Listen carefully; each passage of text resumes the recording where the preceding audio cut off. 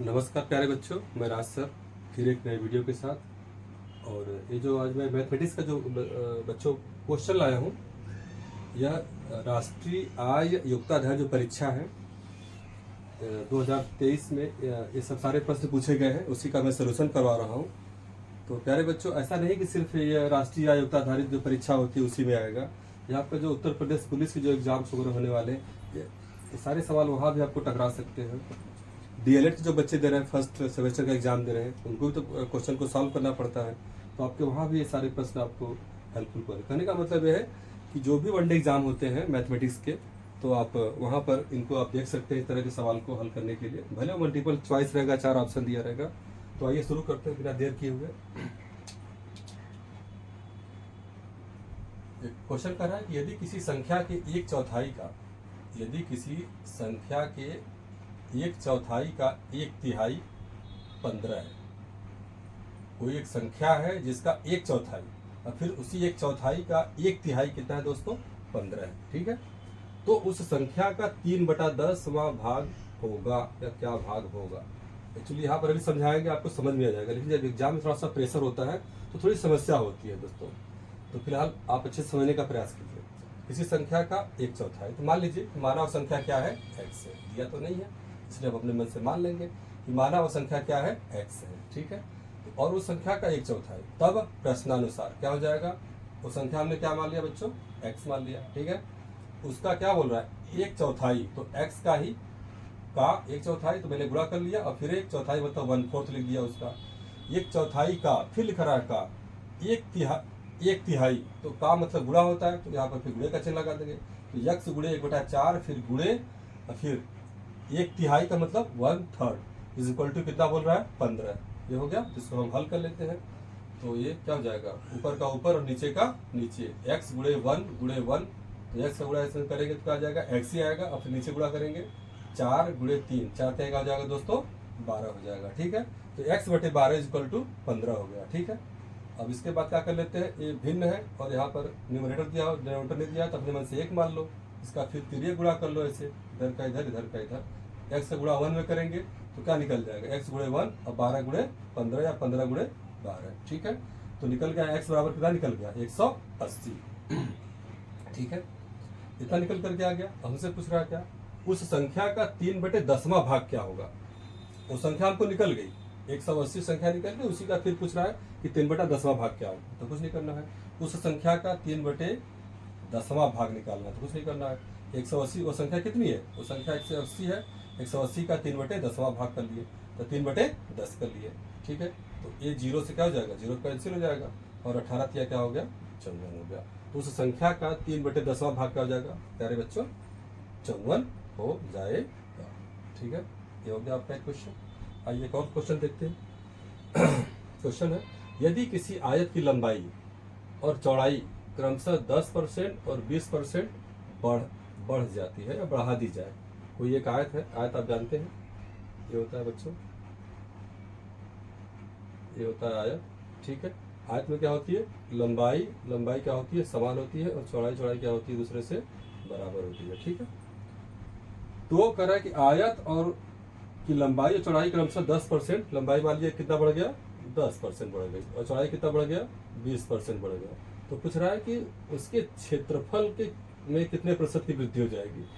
लंबाई 10% की वृद्धि होती है, चौड़ाई में 20% की वृद्धि होती है, तो जो उसका जो पूरा क्षेत्रफल होगा उस क्षेत्रफल में कितने प्रतिशत की वृद्धि हो जाती है? तो दिया वो लंबाई 10%, चौड़ाई 20%, क्षेत्रफल में कितना होगा? तो एक सूत्र होता है यहाँ पे, आयत के क्षेत्रफल में प्रतिशत वृद्धि बराबर, आयत के क्षेत्रफल में प्रतिशत वृद्धि बराबर पहली वृद्धि धन दूसरी वृद्धि धन पहली वृद्धि गुणे दूसरी वृद्धि बटे 100।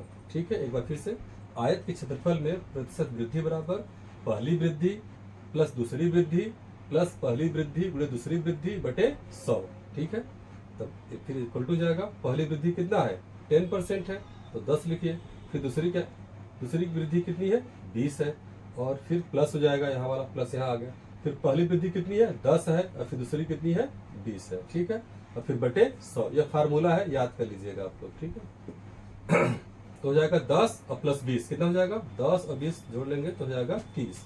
फिर अब 10 गुणे 20 यहाँ करना है, तो 20 10 में 200 हो गया बटे 100, 2 जीरो से 2 जीरो कैंसिल हो गया, फिर क्या हो जाएगा 30 और धन 2, 2 में 1 का भाग देंगे तो 1 2 2, 2 आ जाएगा, तो 30 धन 2 क्या निकल गया 32, तो 32% की क्या हो गई मित्रों, उसमें वृद्धि हो गई। आई होप समझ में आ रहा होगा आप लोगों को। आइए एक और छोटा सा सवाल देख लेते हैं। निम्न में से छोटी से छोटी संख्या, छोटी छोटी संख्या जिसमें 8192 में भाग देने पर भागफल पूर्ण घन बन जाए। देखिए एक संख्या है, मतलब किस छोटी से छोटी संख्या, ये जो 8192 दिया हुआ है, 8192 में किस छोटी छोटी संख्या से भाग दे कि भाग देने पर जो हमारा भागफल आता है वह पूर्ण घन बन जाए, क्यूब बन जाए।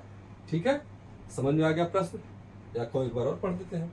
वह छोटी छोटी संख्या किसमें भाग देने पर 8192 में, इसके बाद कुछ क्वेश्चन आएगा, कुछ भागफल आएगा, तो जो भागफल हमारा आता है वह पूर्ण घन बन जाए।